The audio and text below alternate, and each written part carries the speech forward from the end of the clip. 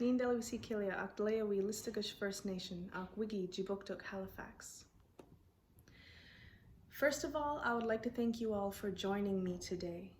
From wherever you are, behind your screens, whether you're at your place of work or where you play, in this moment we cannot gather in person, so I'm going to ask you to close your eyes as we embark on this journey and transcend through these uncertain times. And I ask you to imagine us outside. Picture the surroundings and take note of how comfortable you feel.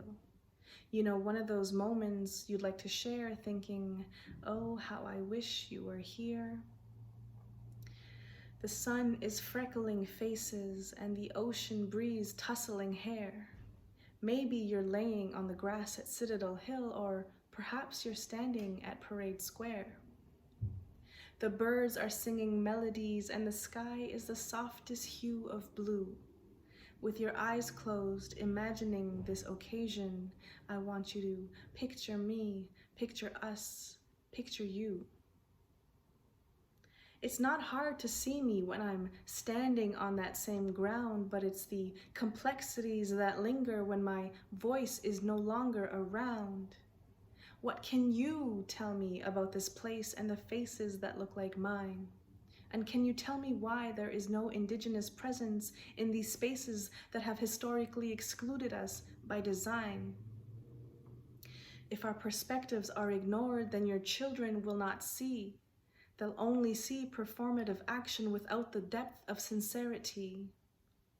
I also ask that you be conscious of the ground upon which you stand. Feel it now and reflect on your responsibility to this land.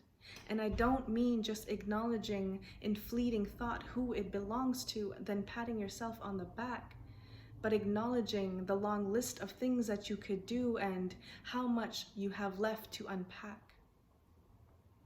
I ask you to recognize that history is not only subjective, but history implies the past, and the real history is not taught unless you're taught to ask. They teach you about men whose names and statues litter every street, corner, and park. I've walked by them 100 times, their energy so displacing. But how many of you were ever taught about the Mi'kmaq hieroglyph at the Bedford Basin? There are so many traces of my people embedded near and far. I see their faces in the birch bark. I read their stories in the stars. I can hear them singing in the waters. I get closer with every prayer. And I feel their embrace when the wind blows through my hair. These are my relatives, and they are always with me. I just wish that I could see their likeness more throughout this city. And perhaps you never realize, but maybe you can agree that when I am out in public spaces, I don't see things that represent me. There are faces from all over and tourists from all places, but I feel more alike with the pigeons in these spaces because I see no representation of my people here. Just tartans, tall ships, and sun-warmed beer.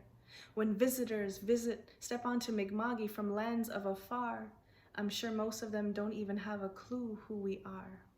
Not even a sign that says, Jalasi Mi'kmaqi, we welcome you.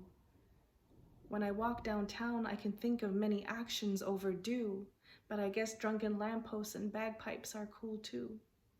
But that is not who I am, and I wish I could see myself too. Art in spaces can contribute to your sense of place if it reflects your presence and makes you feel like we belong. We're often welcome to dance or to pray or to acknowledge the territory upon which your gathering takes place, but just as quick as we take our subsequent breath, we are pushed to the side to make room for the dominant narrative instead of having our voices amplified. And in a time where the land is carved up by private property and buildings, place names, and infrastructure reinforce Western dominance for everyone to see, it's about making sure to create spaces and places that center indigeneity. It's about making sure that when my feet take me across the city, seeing a reflection of me is guaranteed. because we shouldn't only exist in the confines of dusty museums and plastered behind plexi on gallery walls. There should be no cost of admission for me to take up space or hours of operation to feel welcome at all. We are not stagnant, we are living and breathing, and despite it all, we continue surviving. But I want to feel what it's like to be thriving. I want our existence to bring streetscapes, plazas, parks, and buildings to life. I want our vibrancy to break blandness of brick and concrete, and our essence to be as essential as streetlights at night. So now, when you open your eyes and you look at your surroundings, I hope that you can understand the importance of seeing not only our historical, but our contemporary presence on this land. Walalan.